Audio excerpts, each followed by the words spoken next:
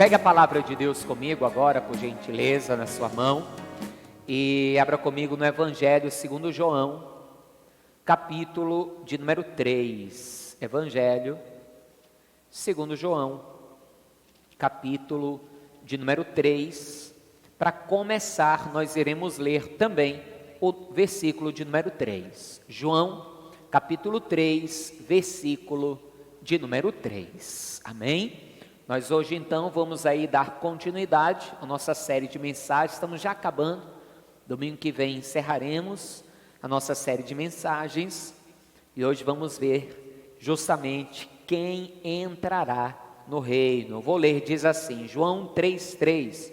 Jesus respondeu e disse-lhe: na verdade te digo, que aquele que não nascer de novo não pode ver o reino de Deus.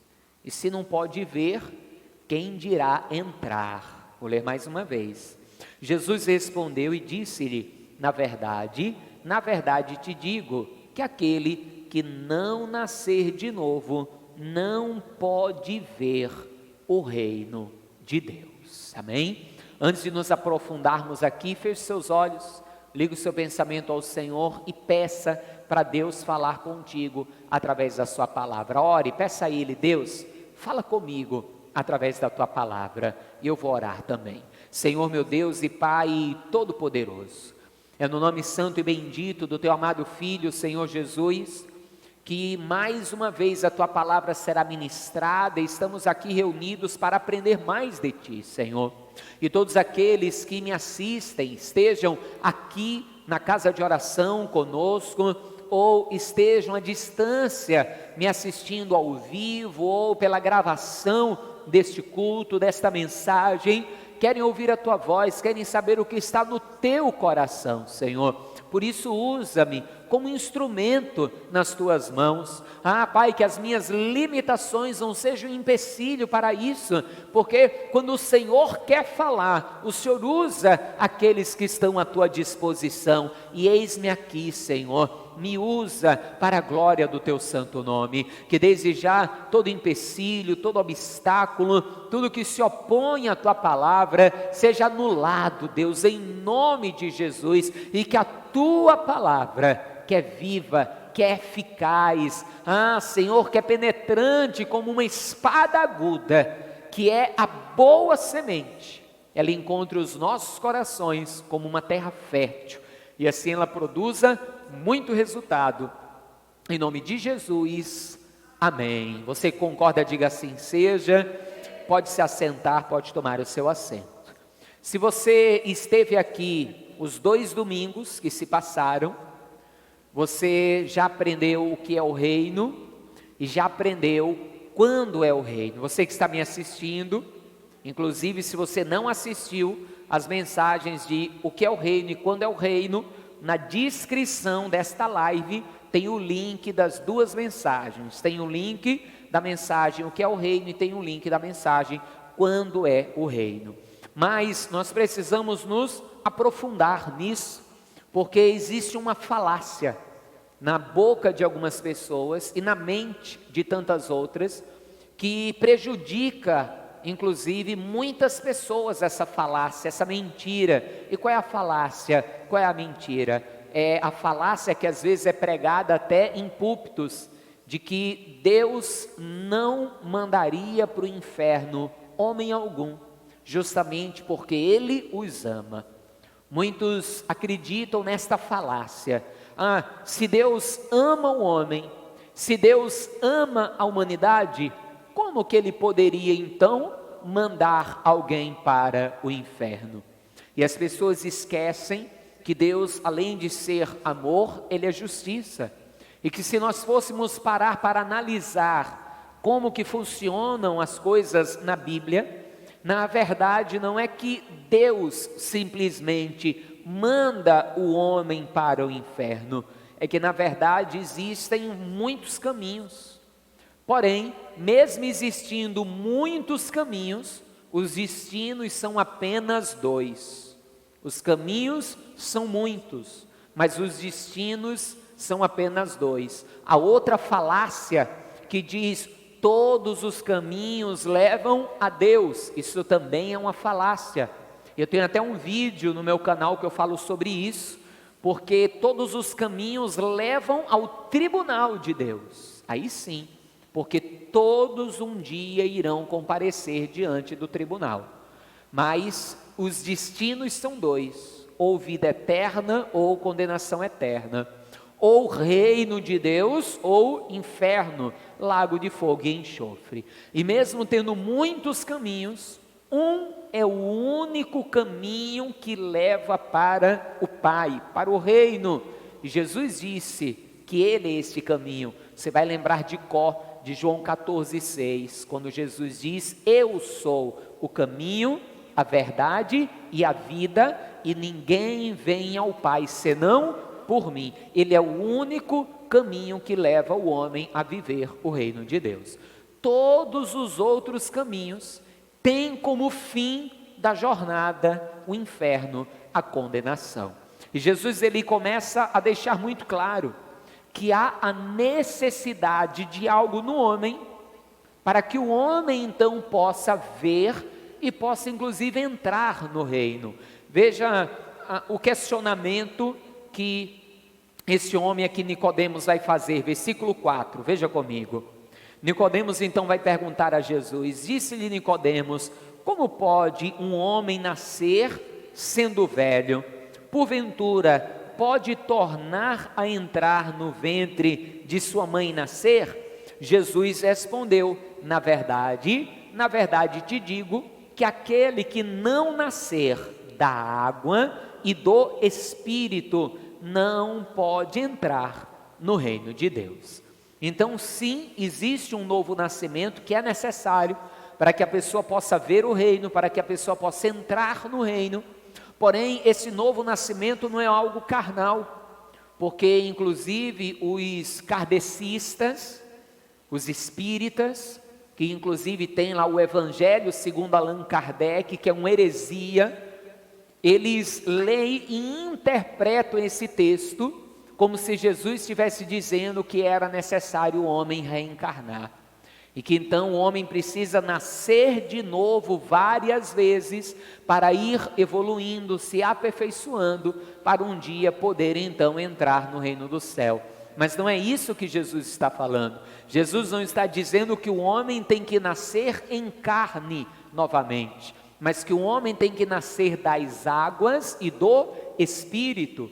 O nascimento das águas é justamente o símbolo do batismo nas águas, quando o homem ele é sepultado nas águas do batismo, e ali a palavra de Deus diz que nós somos sepultados na semelhança de Cristo nas águas do batismo, e quando somos tirados das águas, assim como Ele ressuscitou, nós também estamos nascendo para uma nova vida. Porém, temos que compreender que não é apenas o mergulhar nas águas que vai fazer com que a pessoa tenha um novo nascimento. Ali é um símbolo, como no Antigo Testamento tinha a circuncisão, que era um símbolo feito no homem que declarava que ele servia a Deus. O batismo também é um símbolo, por isso Jesus diz: tem que nascer das águas e do Espírito. É um novo nascimento. E como entender esse novo nascimento? O Jesus aqui mesmo no versículo 6, veja o que ele diz, ele já começa a explicar. Ele diz: o que é nascido da carne é carne, e o que é nascido do Espírito é Espírito. Ou seja, não é um nascimento carnal, não é a pessoa nascer novamente como um bebezinho na carne, crescer e se desenvolver. É um nascimento espiritual. E Jesus ainda no versículo 7 ele diz: não te maravilhes de te ter dito, necessário vos é nascer de novo, porque verdadeiramente é um nascimento espiritual, e existem traços na pessoa que revelam se a pessoa nasceu de novo ou não, porque se não houve novo nascimento, não há como entrar no reino dos céus. Aqui Jesus já dá uma dica: Ele diz: o que é nascido da carne é carne. Estou lendo o versículo 6 de novo. O que é nascido da carne é carne, e o que é nascido do Espírito é Espírito. Paulo compreende muito bem esse ensino, e em Romanos capítulo de número 8, veja o que Paulo diz no versículo 1. Carta de Paulo aos Romanos, capítulo 8, versículo de número 1. Paulo vai dizer o seguinte: portanto, agora nenhuma condenação há para os que estão em Cristo Jesus. Olha o detalhe: que não andam segundo a carne, mas segundo o Espírito. Então veja, Paulo ele já abrange o entendimento do novo nascimento. O novo nascimento importa e traz duas coisas. Primeiro, estar em Cristo. Também não tem como eu nascer de novo sem eu estar em Cristo.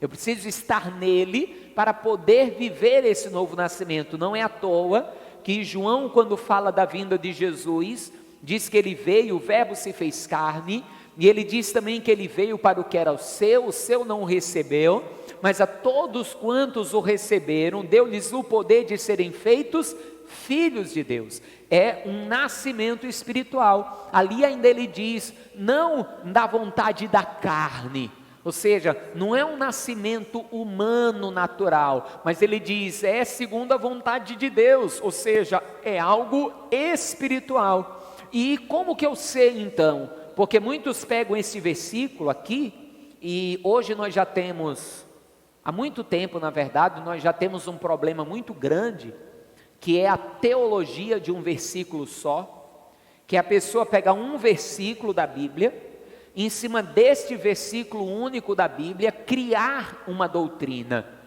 E muitas vezes essa doutrina que é criada em cima de um único versículo da Bíblia, vai em contradição com tudo aquilo que a Bíblia ensina.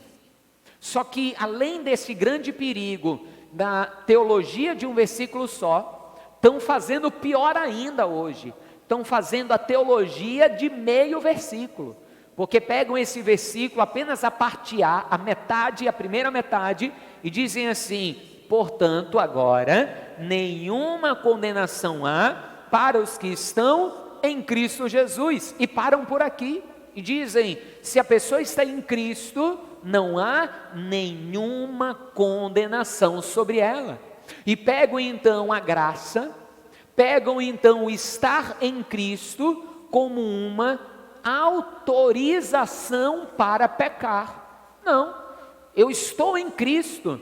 Se eu estou em Cristo, não há nenhuma condenação sobre a minha vida. Jesus morreu, levou os meus pecados, eu posso hoje andar do jeito que eu quiser, pecar à vontade, porque não há condenação sobre aqueles que estão em Cristo. E talvez você diga, não pastor, não tem ninguém que ensine desse jeito. Tem, e tem muita gente, infelizmente. E eu digo infelizmente, porque quem está debaixo desta doutrina, acreditando desta forma, e acha que só porque confessou a Jesus, mas continua vivendo numa vida de pecado, e acha que vai herdar a vida eterna, não vai, porque confessou a Jesus, continua numa vida de pecado, ou seja, não nasceu de novo, e vai ficar fora do reino de Deus, vai e está caminhando, com o seu coração massageado, afagado, e na verdade está caminhando para a condenação eterna, para o inferno, porque a palavra é clara, que não anda, parte B do versículo, que não anda segundo a carne, mas segundo o Espírito, ou seja, eu preciso receber a Jesus, eu preciso ser mergulhado nas águas do batismo, mas a partir desse momento, eu preciso mudar a minha postura, eu preciso mudar a minha forma de andar, de me relacionar, de agir, e agora eu não posso mais andar segundo aquilo que a minha carne quer que eu faça, eu tenho que andar agora segundo aquilo que o Espírito quer que eu faça, porque nós vamos ler aqui na palavra, existe um conflito, uma batalha entre carne e Espírito, entenda, é um novo nascimento. Quando nós entregamos a vida a Jesus, assim como uma criança que nasce, e ela vai, de acordo ali com os seus pais, ela vai aprender a falar, ela vai aprender a andar. E se ela nasce, por exemplo, no Nordeste, ela vai aprender a falar de um jeito, por causa do sotaque do Nordeste. Se ela nasce no sul do país, ela vai aprender de outro jeito, né? Se nasce lá em Pernambuco, é vice, é oxe. Se nasce lá em São Paulo, é porta, torta, e aí por diante. Dependendo de onde nasce, vai falar diferente. A sua postura vai ser diferente. Com Deus não é diferente com Deus. Quando nós nascemos de novo, nós vamos aprender com aqueles que já são adultos em Deus, como falar, como andar, como proceder. É por isso que o cristão, ele fala diferente do mundo, e ele vai aprender com os crentes a falar. O cristão, ele anda diferente daqueles que são do mundo, e ele vai aprender com os cristãos a andar como um cristão, a andar como uma nova criatura, a falar como uma nova criatura, a se vestir como uma nova criatura, a se comportar como uma nova criatura, até a pensar como uma nova criatura. Porque como a palavra de Deus diz, nós temos a mente de Cristo. E você acha que Cristo vivia com sua mente cheia de pensamentos pecaminosos? Sim ou não? Sim ou não, igreja? Não. Então, se eu tenho a mente de Cristo, a minha mente não pode estar cheia de pensamentos pecaminosos. A mente de Cristo estava cheia de quê? Da vontade e da palavra de Deus. Por isso a palavra de Deus nos ensina como encher a mente, como encher o coração daquilo que é do céu. É simples: medita na minha palavra de dia e de noite. É meditar na palavra de Deus de dia e de noite, é me encher do que é de Deus, andar como o povo de Deus. Assim eu estarei nascendo de novo. Porque existe uma batalha, existe uma guerra que está sendo travada, e não é uma guerra que está sendo travada fora, é uma guerra que está sendo travada dentro de nós. Uma grande pastora, pregadora, ela tem inclusive um livro que chama O Campo de Batalha da Mente, porque é principalmente na mente e no coração que esta batalha espiritual ela é travada.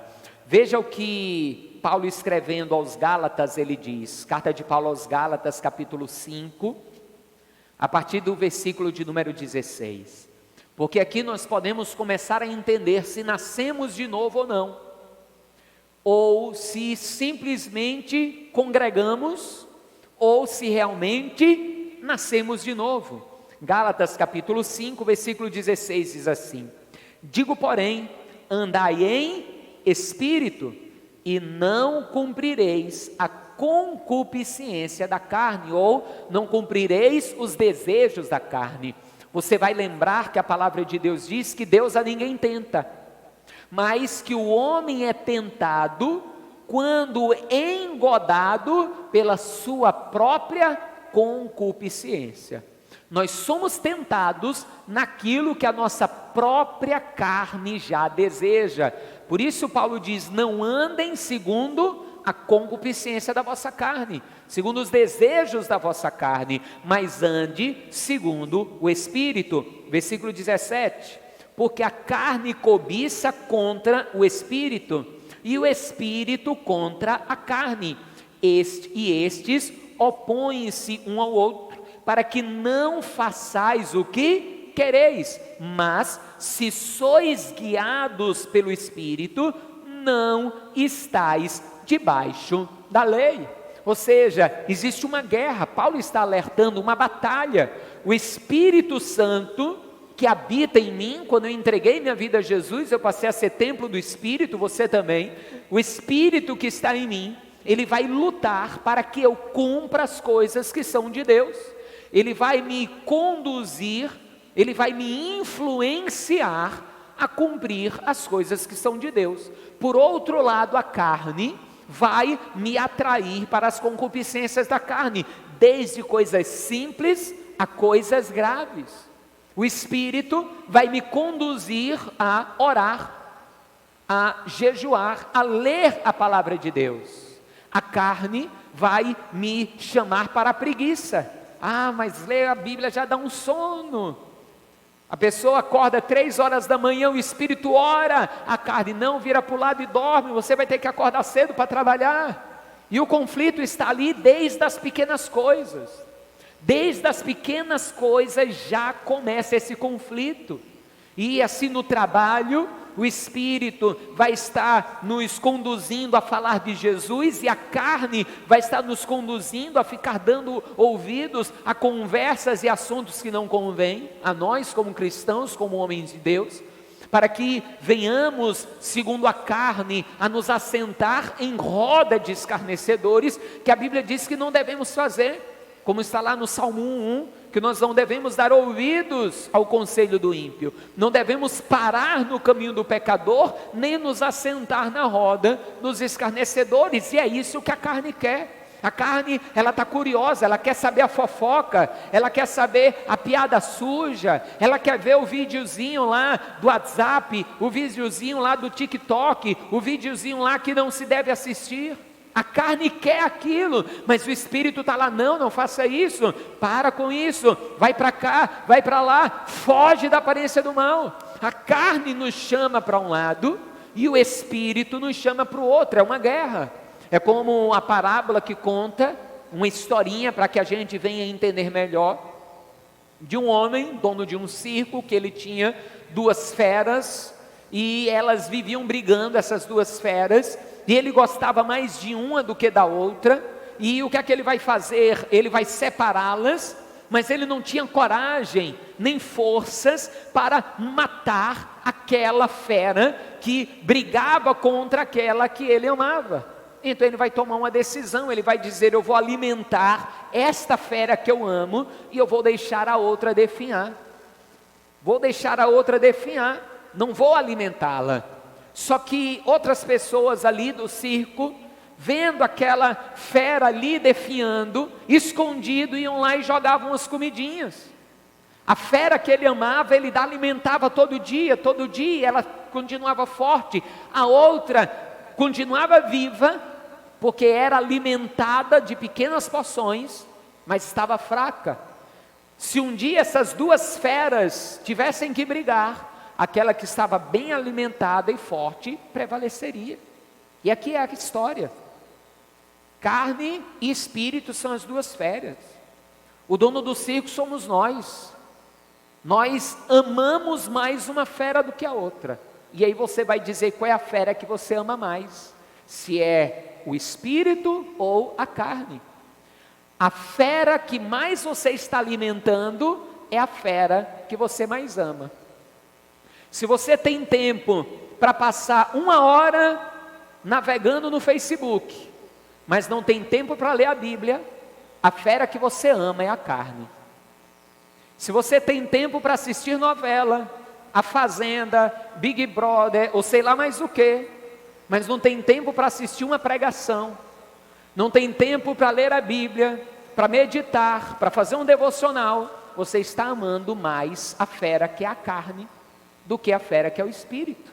E no dia que luta, no dia que a tentação vem, a fera mais forte, ela vai vencer. Acabou, não tem jeito. Ah não, pastor, eu alimento mais a fera que é o espírito. Mas sempre vai ter alguém alimentando a tua carne. À sua volta sempre vai ter alguém alimentando a tua carne. Mas se você estiver alimentando o espírito, quando a tentação vier, a fera que é o espírito prevalecerá. Como que eu alimento? Jejum, oração, leitura da palavra, buscando a Deus, congregando, tendo uma vida de intimidade com o Senhor, uma vida de intimidade com Deus. Isso vai me trazer essa realidade. Veja o que Paulo continua a falar, Gálatas capítulo 5, versículo 19 agora. Porque as obras da carne são manifestas, as quais são a prostituição, impureza, lascívia, idolatria, feitiçaria, inimizades, porfias, emulações, iras, pelejas, dissensões, heresias, invejas, homicídios, beberrices, glutonarias e coisas semelhantes a estas. Olha o que Paulo diz: acerca das quais vos declaro, como já antes vos disse, que os que cometem tais coisas não herdarão o reino de Deus. Eu não vou explicar para você um a um o que é cada uma dessas coisas, fica de dever de casa para você. Hoje é fácil, hoje não precisa nem pegar um dicionário para ler, é só perguntar para o Google que o Google responde. Veja o que é cada uma dessas obras, cada uma. E eu não vou explicar uma por uma, porque eu tenho ainda aqui uns 12 versículos ou 15 versículos para a gente ver ainda. Tem muita referência bíblica para a gente ver. Mas pesquise, para que você possa ver se você não está caindo em nenhuma dessas. Ele diz que ao contrário disso, nós temos que praticar o fruto do Espírito, versículo 22. Mas o fruto do Espírito é caridade, ou amor, gozo, ou alegria, paz, longanimidade, ou paciência, benignidade, bondade, fé ou fidelidade, mansidão, temperança ou domínio próprio. Contra essas coisas não há lei. Ou seja, é uma batalha. Enquanto a nossa velha criatura, que era nascida do pecado, a velha criatura pecadora, ela quer continuar praticando as obras da carne, a nossa nova criatura em Cristo agora, ela quer praticar o fruto do Espírito, ela quer produzir o fruto do Espírito, andar em Deus e andar de acordo com a vontade de Deus, porque na verdade, nós precisamos entender que não é só a fé, só simplesmente eu dizer, eu creio em Jesus, eu acredito em Jesus, pronto, nasci de novo. Não, o que vai manifestar na minha vida, se eu realmente nasci de novo ou não, são as minhas práticas. A pessoa pode ter 5 anos, 10 anos, 20 anos congregando em um ministério e não ter nascido de novo ainda. Como a pessoa pode receber a Jesus hoje e no mesmo dia nascer de novo? Vai depender. E como eu vou saber se uma pessoa nasceu de novo ou ela não nasceu de novo? É fácil, pelas obras da pessoa. Porque fé por fé, crer em Deus por crer em Deus, a palavra de Deus diz que até quem? Até os demônios creem e estremecem. Veja que Tiago, quando ele fala sobre a questão das obras, carta de Tiago, capítulo de número 2, carta de Tiago, capítulo 2, a partir do versículo 14, veja só o que o homem de Deus ele diz. Tiago, capítulo 2, a partir do versículo 14, diz assim: meus irmãos, que vos proveita se alguém disser que tem fé e não tiver as obras? Porventura, a fé pode salvá-lo? E se o irmão ou a irmã estiverem nus e tiverem falta de mantimento cotidiano, e algum de vós vos disserdes, ide em paz, aquietai-vos e fartai-vos, e lhes não derdes as coisas necessárias para o corpo, que proveito virá daí? O próprio Jesus vai dizer naquele dia, que quando ele separar para um lado os bodes e para o outro as ovelhas, ele vai dizer, eu estive nu e vocês não me cobriram, eu tive fome e vocês não me deram comida, eu estive preso e vocês não foram me visitar, eu fui estrangeiro e vocês não me hospedaram. E vão perguntar a ele, quando que isso aconteceu? E ele diz, quando não fizeram a um dos meus pequeninos. Então, o que é que adianta a pessoa dizer que tem fé, se a sua obra, o seu caminhar, o seu agir é contrário àquilo que ela fala? Você deve conhecer alguém que é assim. Você deve conhecer alguém que fala que é uma coisa na frente das pessoas, mas que você conhece a pessoa e sabe que ela não é nada daquilo que ela diz que é. Você deve conhecer alguém assim. Então Tiago ele continua falando, veja só, versículo de número 18, versículo 17, assim também a fé, se não tiver obras, é morta em si mesmo. Mas dirá alguém, tu tens a fé e eu tenho as obras, mostra-me a tua fé sem as tuas obras, e eu te mostrarei a minha fé pelas minhas obras. Crês tu que há um só Deus? Fazes bem, também os demônios o creem e estremecem. Até os demônios creem. Quer ver uma coisa terrível? Coisa terrível. Nós vamos ver que até um demônio pode ter uma oração atendida. Pastor, misericórdia, até um demônio pode ter uma oração, uma petição atendida? Sim. Quando Jesus foi expulsar a legião de demônios do jovem gadareno, ele se lançou diante de Cristo. O que temos contigo, Jesus? O que temos contigo? Não é chegada a tua hora. Vou entrar num diálogo. Jesus está pronto para expulsar, vai perguntar o nome dele, eles vão dizer, nosso nome é legião, porque somos muitos, e eles vão fazer um pedido a Jesus. Eles vão dizer, né, porque eram ali uma legião, não nos mande para fora desta província. E o que é que vai acontecer? Jesus vai expulsá-los para os porcos vão se jogar do desfiladeiro e vão morrer afogados. Mas vem cá, demônio morre afogado? Sim ou não, igreja? Não. Então os demônios acabaram ficando aonde? Naquela mesma terra, naquela mesma província. E por quê? Porque as pessoas daquela província não receberam a Jesus, mandaram ele embora. Estavam mais preocupados com o dinheiro, com o prejuízo financeiro, do que com o Filho de Deus, do que com a salvação, com Cristo. Os demônios ficaram, então veja, até uma legião de demônios teve uma petição atendida pelo Senhor. Até os demônios podem ter uma oração atendida. Isso não significa um novo mandamento, um novo nascimento, perdão. O diabo crê em Jesus, mas o diabo é salvo? O diabo nasceu de novo? Lógico que não, lógico que não. Tiago então continua, veja só, ele diz, versículo 20, mas ó homem vão, queres tu saber que a fé sem obras é morta? Porventura Abraão, nosso pai, não foi justificado pelas obras quando ofereceu sobre o altar seu filho Isaque? Bem vês que a fé cooperou com as obras, cooperou com as suas obras, e que pelas obras a fé foi aperfeiçoada, e cumpriu-se a escritura que diz, e creu Abraão em Deus, e foi-lhe isso imputado como justiça, e foi chamado o amigo de Deus. Abraão, ele foi salvo pela fé, mas o que foi que confirmou a fé de Abraão? Foram as suas práticas. Primeiro, ele ter deixado a casa do seu pai, como Deus pediu, ele ter peregrinado debaixo da ordem do Senhor. Quando Deus pediu ali o sacrifício de Isaque, ele também foi lá para obedecer. Nós conhecemos a história que ele não teve que sacrificar, mas ele fez. E Deus diz assim, agora eu sei que tu me amas, porque não me negaste o teu filho. Só que Abraão não é conhecido como nosso pai nas obras, ele é conhecido como nosso pai na fé.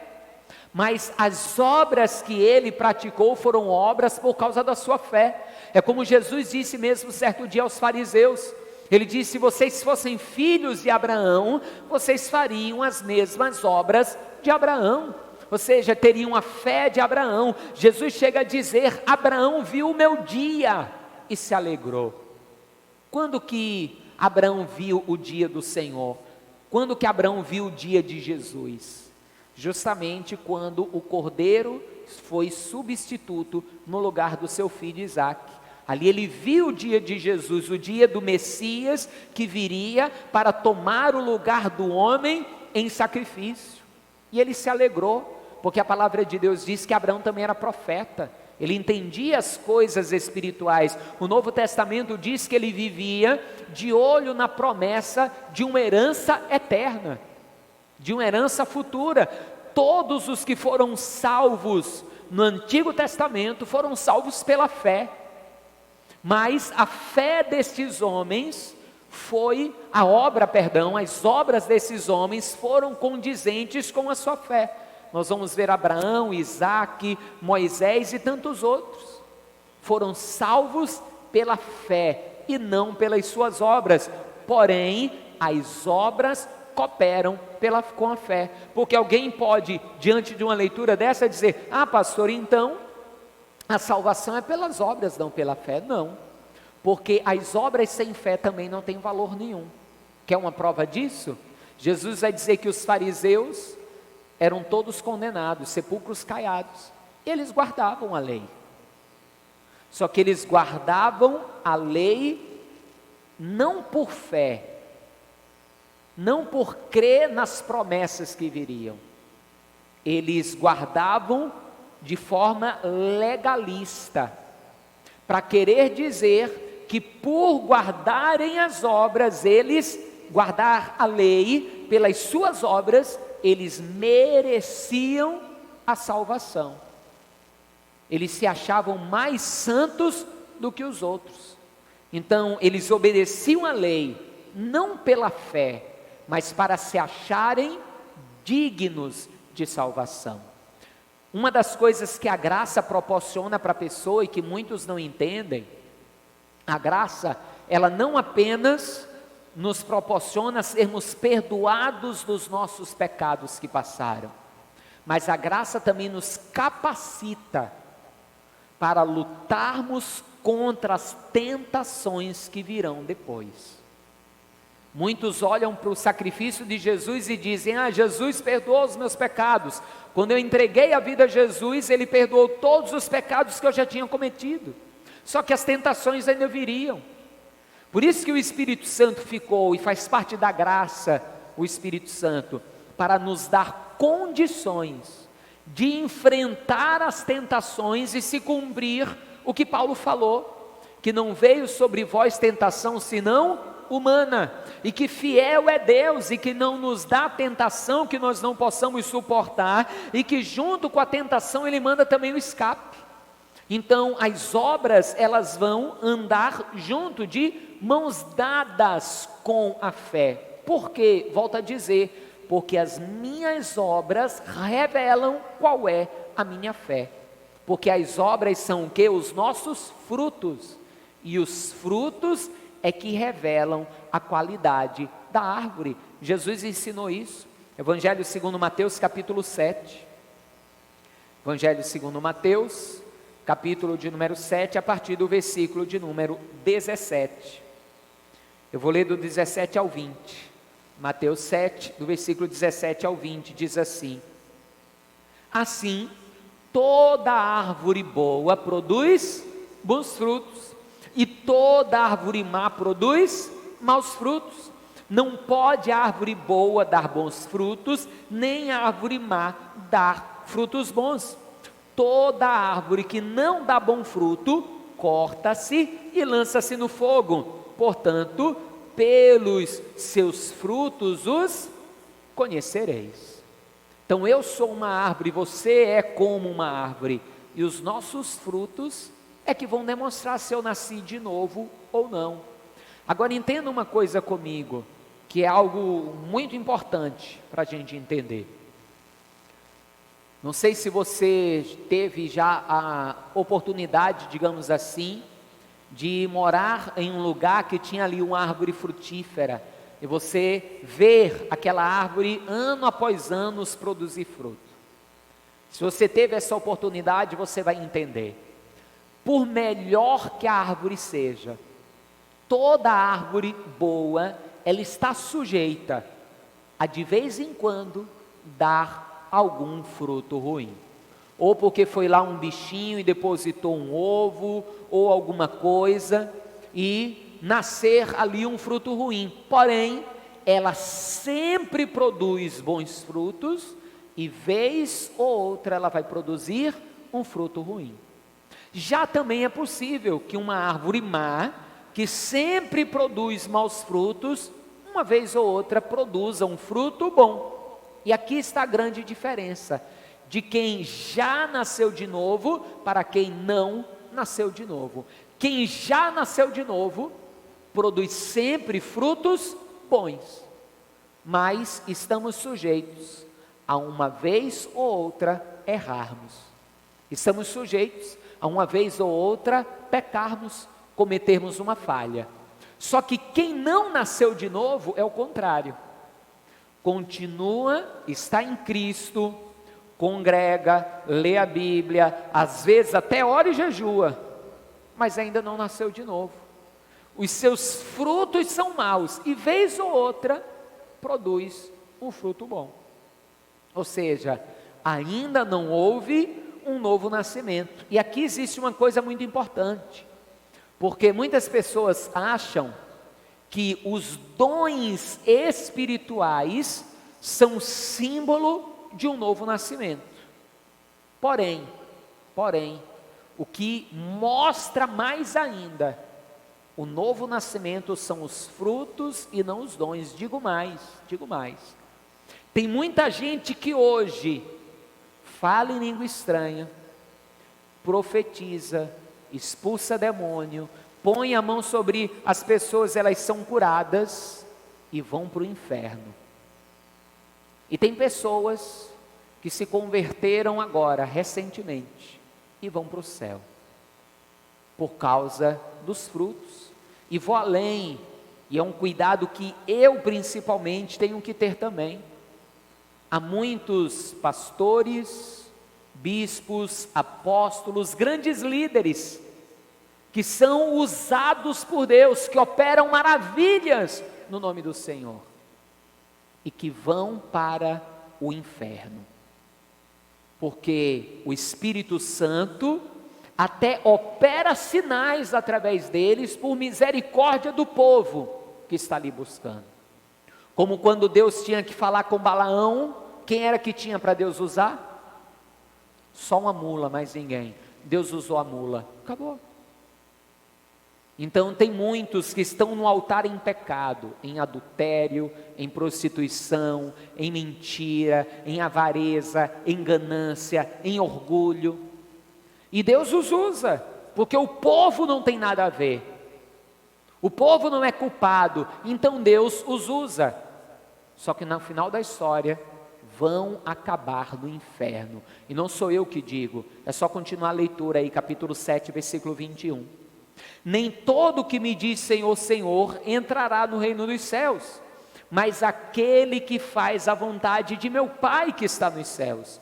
Muitos, veja que não são poucos, muitos me dirão naquele dia: Senhor, Senhor, não profetizamos nós em teu nome? Em teu nome não expulsamos demônios? Em teu nome não fizemos maravilhas? Então lhes direi abertamente: nunca vos conheci, apartai-vos de mim, vós que praticais a iniquidade. Que dureza, que dureza. Pessoas que manifestam em si os dons do Espírito, mas não produzem o fruto do Espírito, ou alguns vão dizer os frutos, né? Como está ali em Gálatas, como já lemos, mas a palavra nos mostra ali como o fruto do Espírito. E ainda vou além. Existem pessoas que participam, ou participaram, ou estão participando hoje das coisas que dizem respeito ao reino. Nós vimos semana passada quando é o reino, e o reino para muitos já é presente. E tem pessoas que estão participando já das coisas do reino, que vivem coisas do reino aqui na terra, mas que não viverão o reino vindouro. Estão usufruindo de coisas do reino agora, porque o reino é poder, estão operando milagres, estão vivendo milagres, mas não entrarão no reino eterno.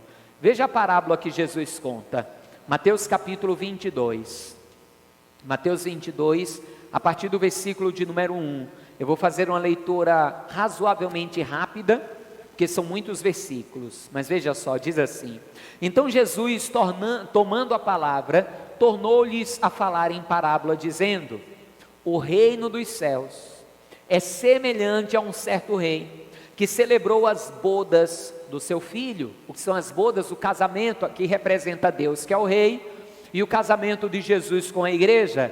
e enviou os seus servos a chamar os convidados para as bodas, e esses não quiseram vir. Depois enviou outros servos, dizendo: dizei aos convidados, eis que tenho o meu jantar preparado, os meus bois cevados já mortos, e tudo já pronto, vinde às bodas. Porém eles, não fazendo caso, foram um para o seu campo, e outro para o seu negócio, e outros, apoderando-se dos servos, os ultrajaram e mataram. Veja do que Jesus está falando. Deus anunciou a festa. O que é a festa? O seu reino. Deus enviou os seus servos para fazer o convite, os profetas. O próprio Jesus, seu filho, anunciou. Só que o que foi que as pessoas fizeram? Não quiseram, rejeitaram. Rejeitaram o convite, rejeitaram a Jesus. O próprio Jesus fala ali das terras que rejeitaram e apedrejaram os profetas. Não quiseram, foram convidados, mas não quiseram. Aí ele continua falando, veja só, versículo 7, e o rei, tendo notícia disso, encolerizou-se. A ira de Deus vai ser derramada no futuro, e enviando seus exércitos, destruiu aqueles homicidas e incendiou a sua cidade. Aqui tanto o Senhor fala do futuro, do derramar da sua ira. Se a gente quiser olhar um tempo histórico, não vou afirmar que esse texto fala desse tempo histórico, mas foi anunciado por os judeus, eles rejeitaram, e você sabe que na história não ficou pedra sobre pedra, e a cidade foi toda queimada, cidade de Jerusalém. Então Jesus podia estar se referindo a isso, como fala também do vindouro. Versículo 8, então disse aos servos: as bodas na verdade estão preparadas, mas os convidados não eram dignos. Ide, pois, às saídas dos caminhos, e convidai para as bodas a todos os que encontrardes. Ou seja, primeiro convidou um povo que não quis, depois o convite se abrangeu para todos. Aqui fala do convite aos judeus que rejeitaram, e depois o convite feito aos gentios que vão aceitar o convite. Continua comigo, versículo de número 10, e os servos saindo pelos caminhos ajuntaram todos quanto encontraram, tanto maus como bons, e a festa nupcial ficou cheia de convidados. E o rei, entrando para ver os convidados, viu ali um homem que não estava trajado com veste nupcial. Ou seja, ele até entrou na festa, ele até começou a usufruir da festa, mas ele não estava com a veste devida para poder continuar na festa. E aqui entenda que a palavra de Deus não está falando destas vestes naturais, mas está falando de vestes espirituais. É o reino de Deus, não é o reino da terra. E quais são as vestes espirituais? Santidade. São as vestes limpas, lavadas pelo sangue do Cordeiro. Muitos estão usufruindo de milagres, de coisas do reino, mas não estão buscando branquear as suas vestes com o sangue do Cordeiro. Muitos estão usufruindo de milagres, usufruindo da presença de Deus, sentindo a presença de Deus, usufruindo da festa, mas não estão buscando se santificar. Só que quando o Senhor chamar para entrar na festa eterna, olha o que diz aqui a palavra, continue a leitura, versículo 12, e disse-lhe: amigo, como entraste aqui, não tendo veste nupcial? E ele emudeceu. Disse então o rei aos seus servos: amarrai-o de pés e mãos, levai-o e lançai-o nas trevas exteriores, ali haverá pranto e ranger de dentes. Misericórdia. Infelizmente, tem muita gente que está congregando, está vivendo milagre, está curtindo a vida como cristão, aproveitando da festa, muitos até em cima dos altares, mas que as vestes não estão limpas. E naquele dia, quando o Senhor da festa vier, Ele vai olhar e vai dizer: como você está querendo entrar, ou como você entrou na festa, sem estar com as vestes corretas? Meus servos, amarrem-o e lancem-o nas trevas exteriores, onde há ranger de dentes, dor, morte. É justamente a condenação eterna. A palavra, ela vai nos mostrar isso de uma forma muito clara, que muitos estão vivendo aqui na terra, ou viveram aqui na terra as coisas do reino, depois acabaram esbanjando, perdendo o temor das coisas de Deus, e que estes acabarão em condenação. Hebreus capítulo de número 6, veja comigo. Hebreus capítulo de número 6. Existe aí a falácia: ah não, eu entreguei minha vida a Jesus, agora estou garantido. Garantido, que eu saiba, é o nome de um boi, lá do Amazonas, que tem a festa lá do Bumba Meu Boi. O boi garantido e o boi, deixa eu ver se eu lembro do nome do outro agora. Não lembro do nome do outro. É o boi garantido, eita meu Deus, esqueci o nome do outro, deixa para lá. Depois você pesquisa o nome dos bois que tem lá numa festa, lá no Amazonas. Não sei se tem ainda, mas tinha uma festa bem famosa lá, dos bois. O garantido e o outro lá. A pessoa quer se garantir, não tem isso não. Hebreus 6, versículo de número 4, diz assim: porque é impossível que os que já uma vez foram iluminados e provaram o dom celestial e fizeram-se participantes do Espírito Santo, e provaram a boa palavra de Deus e as virtudes do século futuro. Ou seja, a pessoa viveu as coisas do reino aqui, a pessoa viveu dons espirituais, a pessoa viveu dons celestiais, provou do Espírito Santo, viveu das coisas do século futuro ainda aqui na terra. Aí fizeram o que? Versículo 6, e recaíram, voltaram para a vida de pecado, sejam outra vez renovados para arrependimento. Pois assim quanto a eles, de novo crucificam o Filho de Deus e o expõem ao vitupério. Toda vez que uma pessoa que já provou das coisas de Deus se desvia e volta para a vida do pecado, ela está expondo Cristo à vergonha. Ela está expondo Cristo ao escárnio. Ela está zombando do sacrifício que Jesus fez por ela. Infelizmente tem muita gente fazendo isso sem um pingo de temor ou de pudor. Eu conheço uma pessoa, não sei se ela vai estar me assistindo agora, não vou citar nomes, que era uma serva de Deus, louvava, adorava a Deus, fazia a obra de Deus. Hoje está desviada. E as publicações que posta nas redes sociais, misericórdia. Misericórdia. Só falta botar os peitos para fora. Desculpa falar assim abertamente. Está totalmente desviada. Totalmente. Ou seja, está zombando da obra que Cristo fez por ela na cruz do Calvário. Está zombando. A Bíblia diz aqui que para certos tipos de casos, é até impossível que a pessoa seja então reconciliada, porque se estão fazendo pouco caso do sacrifício de Jesus. A Bíblia diz que se Deus não poupou os anjos,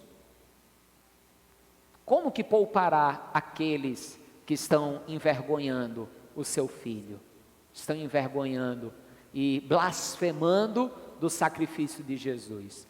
As pessoas não entendem, as pessoas acham que não, agora eu estou na graça, a graça é só alegria. A graça, os mandamentos da graça são mais pesados do que a lei. Talvez você diga, não pastor, sim são. E Jesus mostrou isso. Jesus trouxe uma outra lei. Ele diz, um novo mandamento vos dou. Ele diz, vocês ouviram o que foi dito, amem os vossos amigos e aborreçam os seus inimigos. Ele diz, eu porém vos digo, ou seja, esqueçam esse mandamento, porque eu vou dar um novo mandamento agora. Eu, porém, vos digo: amem os vossos inimigos. Aí eu te pergunto, é mais fácil a lei, que eu amava o amigo e odiava o inimigo? Ou é mais fácil a graça, que eu tenho que amar até o inimigo? Eu acho mais fácil a lei, nesse sentido. Quer ver outra coisa? Na lei, só era adultério, ou só era digno de castigo pelo adultério, se fosse pego no ato do adultério. Aí Jesus diz: eu, porém, vos digo, se olhar para uma mulher e desejá-la no teu coração, você já adulterou. O que é mais leve, a lei ou a graça? A graça é mais pesada. E tem gente que diz: não, não tem lei na graça, não tem mandamento na graça. Como não tem mandamento? Se Jesus disse que aquele que o ama, guarda os seus mandamentos. Lógico que tem mandamentos. E além de Gálatas capítulo 5, que mostra uma série de obras que faz com que pessoas não venham herdar o reino, eu vou ler aqui vários outros versículos e não vou parar para explicar. Vou só ler para que você possa anotar aí as referências. Vamos lá, 1 Coríntios capítulo 6. 1 Coríntios, capítulo de número 6, versículos de número 9 e 10. 1 Coríntios 6, versículos 9 e 10. Olha só o que diz a palavra do Senhor. Diz assim: não sabeis que os injustos não hão de herdar o reino de Deus? Não erreis, nem os devassos, nem os idólatras, nem os adúlteros, nem os efeminados, nem os sodomitas, nem os ladrões, nem os avarentos, nem os bêbados, nem os maldizentes, nem os roubadores herdarão o reino de Deus. Eu vou só citar dois aqui. Um, que o povo diz que hoje em dia pode. Não, a coisa agora é diferente. Esse negócio de relacionamento homem com homem, mulher com mulher, está tudo bem. Os efeminados não herdarão o reino de Deus. Deus não mudou de ideia. Ele não mudou. E outro aqui que ninguém pensa que vai fazer a pessoa ficar de fora do reino de Deus: os avarentos ficarão de fora do reino de Deus. Já pensou? A pessoa ficar de fora do reino por ser avarenta? Pois é. Continua comigo, Efésios capítulo 5. Vamos lá. Você pode ler aí na Bíblia ou acompanhar no telão. Efésios 5, do versículo 3 em diante. Olha só o que diz: mas a prostituição e toda impureza ou avareza nem ainda se nomeiem entre vós como convém aos santos. Nem falar a respeito dessas coisas nós devemos falar, quanto mais praticar. Versículo 4: nem torpezas, nem parvoices, nem chocarrices, que não convém, mas antes ações de graças. Porque bem sabeis isso, que nenhum fornicador, ou impuro, ou avarento, o que é idólatra, tem herança no reino de Cristo. E ainda ele diz assim: no reino de Cristo e de Deus. Versículo 6: ninguém vos engane com palavras vãs, porque por estas coisas vem a ira de Deus sobre os filhos da desobediência. Então ninguém engane você, dizendo: não, que nada, a gente está debaixo da graça agora, todo pecado é perdoado, a gente pode fazer o que quiser. Ninguém vos engane, porque por estas coisas, pela avareza, a prostituição, o adultério, o homossexualismo, por estas coisas vem o que? A ira de Deus. A ira de Deus se manifesta. 1 Timóteo, capítulo 1, a partir do versículo 8, vamos lá, estamos já encerrando, tá? Só tem umas 10 referências, brincadeira, tem umas 4 ou 5 só. 1 Timóteo, capítulo de número 1, a partir do versículo de número 8. Sabemos, porém, que a lei é boa, se alguém dela usa legitimamente. O que é usar da lei legitimamente? É usar de acordo com aquilo para o qual ela foi escrita. Vou dar um exemplo de alguém que usou de forma ilegítima: o diabo. O diabo chegou para Jesus, colocou ele no pináculo do templo e disse: pode te jogar, porque está escrito, aos anjos dará ordem em teu respeito, para que tropeçando tu em pedra, não caia. Ele usou da lei de forma ilegítima, como muitos usam hoje. Usam da lei de Deus para extorquir pessoas, para mentir, para arrancar dinheiro do povo, e aí por diante. Dízimos, ofertas, essas coisas são bíblicas, sim, mas muitos usam da lei de Deus de forma ilegítima, para arrancar do povo o tanto quanto possam. Aí ele continua, versículo 9: sabendo isso, que a lei não é feita para o justo, mas para os injustos e obstinados, para os ímpios e pecadores, para os profanos e irreligiosos, para os parricidas e matricidas, para os homicidas, para os fornicadores, para os sodomitas, para os roubadores de homens, para os mentirosos, para os perjuros e para o que for contrário à sã doutrina. Versículo 11: conforme o evangelho da glória do Deus bem-aventurado que me foi dado. Então, todos que andam nesta prática estão trazendo sobre si a ira de Deus, e logo não entrarão no reino. Veja aí mais um exemplo, Hebreus 12, carta aos Hebreus, capítulo de número 12, versículo 14, diz assim: segui a paz com todos e a santificação, sem a qual ninguém verá o Senhor. Amém, amados? A santificação. Ele ainda continua dizendo, ao versículo 15: tendo cuidado de que ninguém se prive da graça de Deus. Ou seja, se eu ando nessas coisas aqui do versículo 14, eu estou me privando da graça, e se eu me privo da graça, eu não tenho salvação. E de que nenhuma raiz de amargura brotando vos perturbe, e por ela muitos se contaminem, e ninguém seja fornicador ou profano como Esaú, que por um manjar vendeu o seu direito de primogenitura, porque bem sabeis que querendo ele ainda depois herdar a bênção, foi rejeitado, porque não achou lugar de arrependimento, ainda que com lágrimas o buscou. Se você quiser continuar a ler depois, ele fala justamente aí da questão do fogo aceso e aí por diante. Mas enfim, aqui eu quero só abrir um parêntese, porque você pode ficar preocupado, porque ele diz aqui: segui a paz com todos e a santificação, sem a qual ninguém verá a Deus. Você pode dizer: pastor, então quer dizer que se eu não estiver em paz com todo mundo, eu também não vou entrar no reino de Deus? Vamos entender como isso funciona?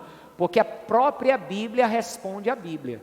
Sempre que você tiver dúvida sobre a interpretação de algum versículo, a própria Bíblia vai ter outro versículo falando do mesmo assunto e explicando, trazendo a explicação.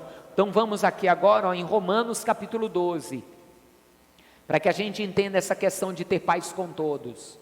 Porque eu te pergunto, é possível que eu consiga estar em paz com todo mundo? Sim ou não? O que é que você acha? É meio difícil, meio difícil. Romanos 12, 18, olha o que Paulo diz: se for possível, quando estiver em vós, tende paz com todos os homens. Ou seja, no que depender de você, tenha paz com as pessoas. Mas haverão momentos onde podem ter pessoas que não queiram estar em paz com você, que queiram continuar te perseguindo, brigando, resmungando. queiram ser seus inimigos. Mas naquilo que depender de você, busque andar em paz com todas as pessoas e busque a santificação. Vamos ler as últimas referências agora. Apocalipse capítulo 21. Tem aqui mais pessoas que ficarão de fora. Apocalipse capítulo de número 21, versículo de número 8. Se você veio domingo passado ou assistiu a mensagem domingo passado, você vai lembrar que eu li Apocalipse 21, do verso 1 ao 7. E quando eu terminei de ler o versículo 7, eu disse, vou parar por aqui, porque o próximo versículo eu vou ler semana que vem. Aí diz assim, Apocalipse 21, 8. Mas quanto aos tímidos, e aos incrédulos, e aos abomináveis, e aos homicidas, e aos fornicadores, e aos feiticeiros, e aos idólatras, e a todos os mentirosos, sua parte será no lago que arde com fogo e enxofre, o que é a segunda morte. Pastor, eu fiquei preocupado aí com esses tímidos. Nem os tímidos vão para o céu. Quer dizer que eu não posso ser uma pessoa introvertida? Se eu for uma pessoa introvertida, também eu vou para o inferno? Esse tímido aqui não é da pessoa que tem uma personalidade introvertida ou envergonhada. Pesquise depois. Esse tímido aqui é daqueles que são covardes, não defendem a sua fé, não assumem o que são em Deus. Estarão negando a sua própria fé. Aí em Apocalipse ainda, capítulo 22, versículo 15. Já vamos encerrar. Ficarão de fora os cães, e os feiticeiros, e os que se prostituem, e os homicidas, e os idólatras, e qualquer que ama e comete a mentira. Então a Bíblia nos dá inúmeros pecados que, volta a dizer, não é que a pessoa uma vez na vida cometeu esse pecado, se arrependeu e ainda assim ela não vai para o reino do céu. É a pessoa que anda na prática desses pecados, porque infelizmente tem cristão desde o altar até a porta da igreja que vive uma vida se prostituindo, que vive uma vida de avareza, que vive uma vida de idolatria, idolatrando pessoas, idolatrando emprego, idolatrando tantas coisas, que vivem uma vida de mentira. Eu tinha um amigo conhecido lá em Pernambuco, que a turma já chamava ele de mentirinha. A turma dizia assim, fulaninho mente tanto, que eu acho que até ele acredita na mentira. Eu lembro uma vez que ele estava no salão cortando o cabelo, aí postou a foto, aí comentou lá, aqui altas horas, tal horas, no salão dando grau, não sei o que lá. Só que quando ele tirou a foto, atrás dele tinha um relógio, ele não prestou atenção. Aí no comentário ele botou um horário lá para cima, e na verdade a hora era outra. Ele mesmo não percebeu que quando ele tirou a foto ele se entregou, que estava mentindo. Então existem pessoas que são assim, que andam no adultério, até pastores, que andam na mentira, no roubo, roubando, enganando, defraudando, no orgulho, e infelizmente ficarão de fora. Para a gente encerrar, lembre, existe uma batalha. Vivemos em nós uma guerra, a carne contra o espírito, e precisamos vencer. Por isso que Jesus falou, para a gente encerrar, última referência, Apocalipse 3:21. Apocalipse 3:21. Diz assim: ao que vencer, lhe concederei que se assente comigo no meu trono, assim como eu venci e me assentei com o meu Pai no seu trono. Precisamos vencer. Ah, pastor, mas como eu venço? Você lembra que Jesus disse, no mundo tereis aflições, mas tende bom ânimo que eu venci o mundo? A palavra de Deus também diz assim, João diz, e esta é a vitória que vence o mundo, a nossa fé. A nossa fé firme em Cristo. firmados nele, na palavra, nós vamos lutar contra a carne, contra as tentações, prevaleceremos, usufruiremos do reino aqui na terra e o mais importante, nos assentaremos no trono com Cristo. Amém? Vamos aplaudir a Jesus.